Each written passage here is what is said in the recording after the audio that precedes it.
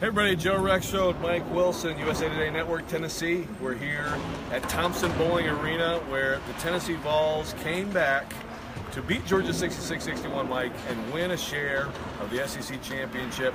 Yes, been some debate on Twitter because Auburn beat Tennessee. They are co-champions. They're co-champions. They are co-champions. Auburn the 1 seed, Tennessee the 2 seed in the tournament, but co-champions. And hard-earned. I mean, if you're going to look at this team all year, it wasn't always pretty. It had to grind and scrape for wins sometimes.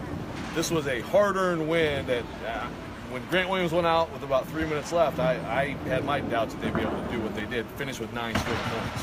You know, and this was a win emblematic of the whole season. Like you said, it's a grinded-out team. They haven't beaten Georgia in the last 5 attempts. So kind of everything came to fruition in this game for them.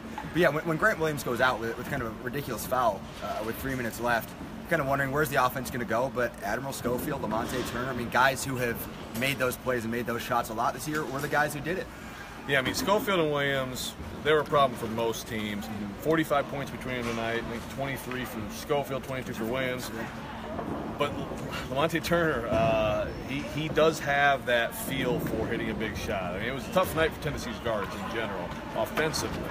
I think defensively the whole team played well in the second half, but he just has that sense for the moment. He hit that shot at Kentucky to do that. Purdue, same thing. He hit a corner 3 to send it to overtime, I believe. And I thought he said an amazing thing at Kentucky after he hit a shot there.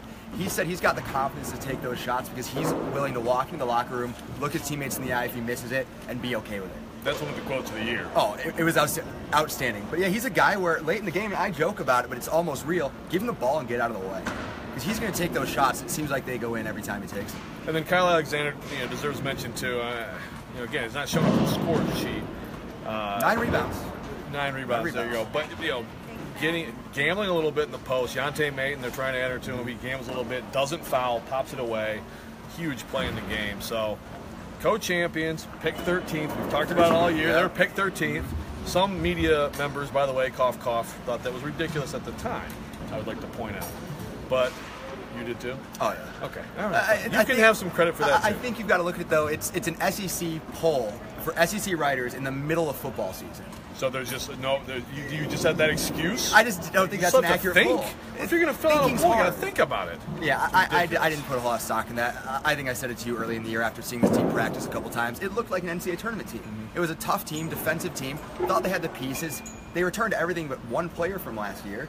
So I thought there were the pieces there. I didn't think there were the pieces there to do this, but they reached this today, and it was pretty impressive. Yeah, obviously overachieving. I don't think anyone expected this outside of that locker room. So a couple things real quick before we wrap up. First of all, Rick Barnes, National Coach of the Year. I say he's right there. I think he should win it. Is he the Conference Coach of the Year?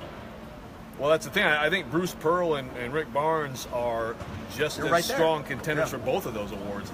I still think Rick Barnes, for 2 things, has done more with less than Bruce Pearl.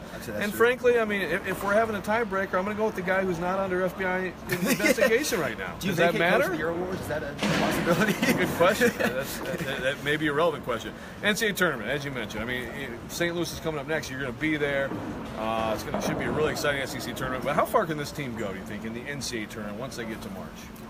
I still think this team, matchups are everything in the NCAA tournament. We know that. We both covered Middle Tennessee State beating Michigan State, and that was a tough matchup as a 2 and a 15. This team needs the right matchups. I think they would struggle with a guard like Colin Sexton, who owned them for Alabama. I think flashy, taller guards and a dominant post player are the 2 places where this team could really struggle. So they've got to get the right draw, but they look like a team that should be playing in the second weekend. Yeah. And I think that's where they'll end up at least. And look, Schofield, for all the matchup problems other teams can give them, and I agree with you, those 2 guys there's no team out there that has 2 guys that can deal with those guys. You have to double one of them, especially when they play like they did tonight. Grant Williams going to the basket in the post. So. And Admiral Schofield going to the basket. Yeah, I think his game's changed the last 3 weeks in terms of going to the basket, getting fouled, not just being the jump shooter that he likes to be, but having that complete offensive game has really changed this team. Yeah, and hit some big jump shots too. He did. But yeah, nice little turnaround spin shot there at the end. Yeah. Absolutely. So there you go. That's the story of the Vols. SEC co-champions. Next up, St. Louis as the number 2 seed in the SEC tournament. For more coverage, check us out at knoxnews.com and tennessean.com.